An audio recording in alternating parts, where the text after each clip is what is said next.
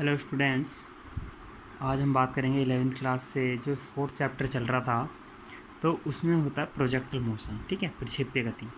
और इससे पहले हम आपको बता चुके हैं कि दो वेक्टर, अगर यदि आपके पास दो वेक्टर हैं तो उनका आप रिजल्टेंट जो निकालते हैं, ठीक है, उसका मैग्नीट्यूड कैसे निकाल सकते हैं, डायरेक्शन कैसे निकाल सकते हैं। तो आइए बात करते हैं आप प्रक्षेप्य गति की इस टाइम। तो देखिए, प्रक्षेप्य गति होती क्या है तो उसके बारे में बात कर लेते हैं। तो जब हम किसी वस्तु को क्या करते हैं, प्रक्षेपित यानी फेंकते हैं। ठीक है, जब किसी वस्तु को प्रक्षेपित किया जाता है यानी फेंका जाता है। फेंकने का मतलब 0 से 90 के बीच में कोई अगर एंगल हो कोई भी, तो जब उस एंगल पे फेंका जाता है तो वस्तु समतल में एक वक्राकार मार्ग पर गति करती है। ठीक है, वस्तु की यह गति प्रक्षेप्य गति कहलाती है। और जो वस्तु फेंकी गई है उसको क्या बोलते हैं, प्रक्षेप्य कहते हैं। ठीक है, तो इसको देखिए प्रूफ करने के लिए आपके पास एक डायग्राम बना हुआ है। इसका रियल क्वेश्चन ये होता है डायग्राम के लिए कि सिद्ध कीजिए कि प्रक्षेप्य का पथ परवलयाकार होता है। क्वेश्चन क्या होता है, एक बार रिपीट कर रहा हूँ, प्रक्षेप्य का पथ परवलयाकार होता है। ठीक है, तो आप यहाँ चाहे तो एक कोई यहाँ नोट करके क्वेश्चन लिख लीजिएगा जो मैंने बोला इसको करने से पहले, कि प्रक्षेप्य का पथ परवलयाकार होता है, सिद्ध कीजिए। ठीक है, यही पहले लगा लीजिएगा सिद्ध कीजिए वाला ऑप्शन। तो देखिए डायग्राम को समझते हैं। हमने क्या किया, यहाँ कोई ऑब्जेक्ट था ओ, तो इसको क्या किया है, कोई वस्तु रखी थी, इसको हमने 0 से 90 डिग्री के बीच में कोण बनाते हुए इसको फेंक दिया ऊपर की ओर। ठीक है, और यू वेग से इसको फेंका गया। एक्स अक्ष पर हम वो चीज़ लेकर चल रहे हैं कि ये क्षैतिज में कितनी दूरी तय कर रहा है। ठीक है, वाई एक्स पे वो लेकर चल रहे हैं जो ये वाई एक्स पे ऊंचाई में जा रहा है। ठीक है, तो देखिए अब एक्स एक्स भी है, वाई एक्स भी है, तो जो इसका वेग है वो सदिश राशि होती है, तो वो एक्स एक्स के अलोंग भी होगा और वाई एक्स के लिए भी होगा। यानी उसका क्षैतिज एक्स एक्स क्या होता है, क्षैतिज अक्ष होता है, वाई क्या होता है, ऊर्ध्वाधर अक्ष होता है। तो यू का क्षैतिज अक्ष भी होगा और ऊर्ध्वाधर अक्ष भी होगा। ठीक है, एंगल क्षैतिज से थीटा ही बना हुआ होगा हमेशा। अब देखिए सबसे मेन चीज़ क्या होती है कि जब आप किसी वस्तु को ऊपर फेंकते हैं तो वो किसी न किसी बिंदु से ऊपर से वापस नीचे आना शुरू करती है। तो वापस नीचे आना शुरू जहाँ से करती है, तो देखिए ऊपर को जाने वाला वेग कितना हो जाता है, उस टाइम 0 हो जाता है। यानी जो यू वाई होगा वो मैक्सिमम हाइट, जहाँ अधिकतम ऊंचाई पे वस्तु पहुँची है, जहाँ से वो नीचे आना प्रारंभ करेगी, वहाँ इसकी वैल्यू कितनी हो जाएगी, 0 हो जाएगी। ठीक है, क्लियर हो गया इतना। अब देखिए आगे बात करते हैं कि जो ये h है ये धरातल से अधिकतम ऊंचाई को शो कर रहा है। जो r है कैपिटल, ये आपका क्षैतिज में जो मैक्सिमम दूरी तय की जाएगी, यानी जहाँ से वस्तु फेंकी थी और जहाँ आके वापस नीचे गिरेगी वहाँ के लिए डिस्टेंस है। ठीक है, देखिए ये केवल हमने ऊर्ध्वाधर और क्षैतिज अक्षों में क्या कर रखा है, इस वेग को तोड़ रखा है।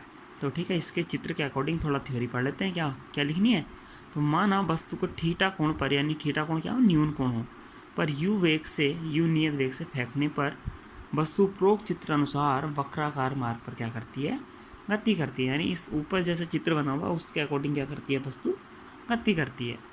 वस्तु समतल में गति, माना समतल में गति का मतलब एक्स वाई एक्स जो यानी तल है, एक्स वाई प्लेन जो है उसमें गतिमान है। वस्तु के वेग को उसके क्षैतिज व ऊर्ध्वाधर घटकों में वियोजित करने पर, देखो वियोजित करने का मतलब ये है कि ये थीटा जो है, देखिए यहाँ से थीटा एंगल बना हुआ है। अब जब ये थीटा एंगल बना हुआ है तो ये यू वेग से जब यहाँ से हमने किसी चीज़ को फेंका, तो अगर इससे हम इसको एक्स एक्स और वाई एक्स में, ठीक है, शो कर दें, तो मैं इससे अगर एक लम्ब इधर डाल दूँ और एक लम्ब इधर डाल दूँ, ठीक है, तो आपको क्या करना है, इसका मान निकालना है और इसका मान निकालना है, ये तो ये क्या हुआ, कर्ण हुआ आपका समकोण त्रिभुज, क्योंकि 90 हुआ। तो कर्ण आपका दे रखा, आधार निकालना, तो क्या निकालेंगे, कोस थीटा से निकालेंगे। तो कोस थीटा, तो यू एक्स बराबर क्या आ जाएगा, यू कोस थीटा। ठीक है, क्या, यू कोस थीटा। ठीक है, और जो हमारे आपके पास ये ऊर्ध्वाधर वाला घटक हुआ, आप अगर देखें निकाल के देखें तो ऊर्ध्वाधर के लिए जब आप लंब निकालेंगे, कर्ण दे रखा, तो साइन थीटा निकालेंगे, तो साइन थीटा बराबर कितना आ जाएगा, लंब, यानी ये वाली जो साइड है इसको आप यू वाई मान के चल रहे हैं हम, और बटे में इसका मान कितना है, यू, तो u y is equal to u sine theta, ये जो आपकी वैल्यू लिखी हुई है। ठीक है, क्लियर हो गया इतना। अब देखिए बात करते हैं आगे क्या लिखा है। वस्तु की क्षैतिज गति नियत परंतु ऊर्ध्वाधर गति गुरुत्व के अधीन होने के कारण परिवर्तित होती रहती है। यानी जो ऊर्ध्वाधर वेग है देखिए वो बार बार परिवर्तित रहेगा। पहले यहाँ धीरे धीरे धीरे धीरे क्या होगा, यहाँ तक कम होगा, फिर यहाँ से धीरे धीरे धीरे धीरे क्या होगा, नीचे की ओर बढ़ना शुरू हो जाएगा। ठीक है, तो इसका मतलब ऊर्ध्वाधर जो वेग है वो क्या हो जाएगा, होता चला जाएगा, धीरे धीरे कम होता चला जाएगा। ठीक है, यानी परिवर्तनशील है। अब देखिए आगे बात करते हैं कि क्षैतिज गति के लिए जब हम बात करते हैं क्षैतिज गति, तो क्षैतिज गति का मतलब क्षैतिज दूरी क्या होती है, एक्स होती है। तो दूरी बराबर क्या होता है, चाल गुणा समय होता है। तो क्षैतिज चाल कौन सी है, यू एक्स, जो हमने वेग का क्षैतिज घटक तोड़ा था, इंटू टी यानी जो समय है। तो टी बराबर कितना आ गया, यहाँ से आप वैल्यू निकालेंगे तो एक्स अपॉन यू एक्स। ये यू इंटू एक्स नहीं है, ये इस तरह से लिखा हुआ देखिए, यू और यहाँ सापेक्ष में एक्स। ठीक है, तो देखिए यू की टी की वैल्यू कितनी आ गई, x upon u cos theta. Clear हो गया। ऊर्ध्वाधर गति की बात कर लेते हैं। देखिए तो ऊर्ध्वाधर गति में आप क्या करेंगे, सेकंड इक्वेशन लगाएंगे, y बराबर यू वाई। देखिए यू वाई भी इसी तरीके से लिखा हुआ है, यू और सापेक्ष में y।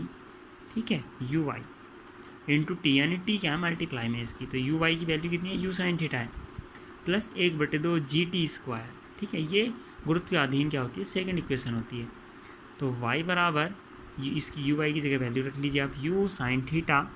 ठीक है, इंटू टी की वैल्यू भी आपने निकाली थी, x upon u cos theta, तो x upon u cos theta minus, देखिए तो कितना आ जाएगा, 1/2 g t square, g t square. तो टी की वैल्यू कितनी थी ये, तो इसका आप क्या कर लेंगे, वर्ग कर लेंगे। क्या कर लेंगे, वर्ग। तो वर्ग करेंगे तो एक्स स्क्वायर, तो जी एक्स स्क्वायर अपॉन में 2 है लिखा हुआ, तो you square cos square theta, और इंटू देखिए एक्स, ये कितना हो जाएगा, एक्स। ठीक है, और यू से यू कैंसिल, तो sine theta upon cos theta क्या हो गया, टेन थीटा। तो एक्स टेन थीटा और x g x square 2u cos square theta. देखिए जो अब परवलयाकार होता है, जो मैंने आपको क्वेश्चन दिया कि परवलय क्या होता है, तो परवलय के बारे में थोड़ा सा मैं आपको बता दूं। तो परवलय क्या होता है कि अगर जैसे ये इस तरह का आपका अक्ष है, तो परवलय इस तरह का होता है, ये चारों अक्ष पर बन सकता है इसी तरीके से। ठीक है, इस तरीके से। तो परवलय केवल किसी एक अक्ष के अगेंस्ट बनता है। तो मैंने आपको चारों को बनाकर दिखाया, लेकिन वो केवल क्या हो सकता है, किसी एक अक्ष का बन सकता है। जैसे आप थोड़ा ऊपर आ जाइए, यहाँ दिखा देते हैं आपको कि अगर ये एक्स अक्ष और वाई अक्ष तो एक अक्ष पर बनेगा, तो वो इस तरीके से बनता है। ठीक है, ये परवलय हुआ। तो देखिए इसकी समीकरण क्या होती है, y बराबर 4ax² होती है, और यहाँ प्लस माइनस लगा लीजिए आप। ऐसी ही दूसरी हो सकती है, x बराबर प्लस माइनस 4ay² तो ये कहने का मतलब क्या है, परवलय की समीकरण की मांग क्या करती है कि एक अक्ष उसका द्विघात होना चाहिए और एक अक्ष उसका सिंगल घात होना चाहिए। ठीक है, तो आपके पास देखिए एक्स अक्ष जो है यहाँ वो 2 पावर में है, वाई क्या है, एक सिंगल पावर में है। तो अतः ये क्या रिप्रेजेंट करती है, एक परवलय की समीकरण को रिप्रेजेंट करती है। तो हम यहाँ नीचे लिख सकते हैं, अतः है उपरोक्त समीकरण परवलय की समीकरण को क्या करती है, परवलय की समीकरण को व्यक्त करती है। अतः प्रक्षेप्य का पथ क्या होगा, परवलयाकार होगा। ठीक है बच्चों, आई होप कि समझ में आया। और देखिए ये टॉपिक इतना इम्पोर्टेंट है, इतना इम्पोर्टेंट है बहुत ज़्यादा। ठीक है, आप ऐसा समझ लीजिए कि चाहे हाफ ईयरली हो, आपका कोई भी 11th का टेस्ट हो रहा हो, उसमें अगर 4th चैप्टर शामिल है, 4th चैप्टर अगर आपका शामिल है, हाफ ईयरली और एनुअल में तो होता है।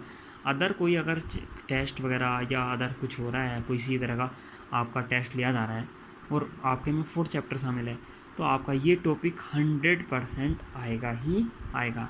ठीक है, तो यानी आप ये समझ के चलिए कि स्टार्टिंग के पेपर से लास्ट तक, जब तक आप एनुअल पेपर देंगे, तब तक ये टॉपिक आपका ज़रूर आएगा। ठीक है, इसके साथ थोड़े और छोटे छोटे 2-3 हेडिंग और हैं जो इसी टॉपिक में आते हैं। तो ये लगभग आई थिंक एक टॉपिक तो मैं आपको करा चुका हूँ, ये छोटे छोटे 2 या 3 हेडिंग और हैं। इनको आप करने के बाद आप ऐसे समझ लीजिए आपका एक लॉन्ग क्वेश्चन तैयार हो जाता है कम्प्लीटली। ठीक है, या और साथ में कभी कभी एक छोटा न्यूमेरिकल भी दे देता है, 1 या 2 नंबर का। ठीक है, तो आप इस टॉपिक को बहुत ध्यान से समझ के चलिएगा। किसी को नहीं समझ में आता तो आप मेरे से कांटेक्ट कर सकते हैं, इसमें मैं नीचे आपको अपना व्हाट्सअप नंबर दूंगा, ठीक है। Okay, thank you for watching.